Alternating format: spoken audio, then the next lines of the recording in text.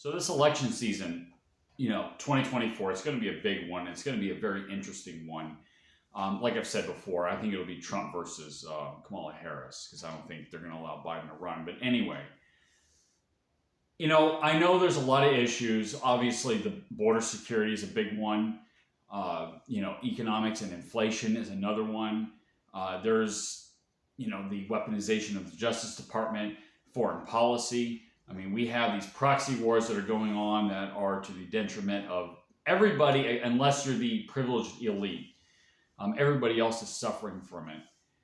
So just keep something in mind. I don't want the red pill community to lose focus on something very important, and that is that there has to be a movement to end the Fed.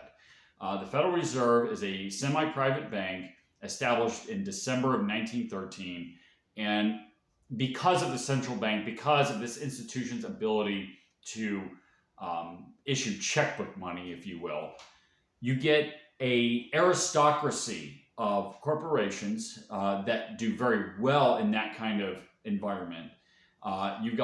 They can lobby the government and create these special interests. So you think of the military-industrial complex, you think of the medical-industrial complex, the media-industrial complex, et cetera, not to mention all these proxy wars and everything else. If it wasn't for a central bank, the American people would actually have to pay out of pocket to go to war, and so that they would only go to war when they absolutely had to, not because they felt like it or because it didn't cost them anything up front and they're convinced by the propaganda that it's a good idea, like what we have going on right now.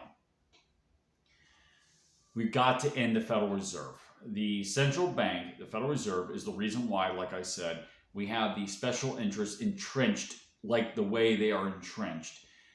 This national security state, the CIA, all this big government, this tyrannical big government that has its tentacles in everything, from public education to regulating small, medium-sized companies to like the FDA that has a revolving door with Monsanto and Big Pharma to poison us. All of this stuff is a result of the Federal Reserve. We've got to end the Fed.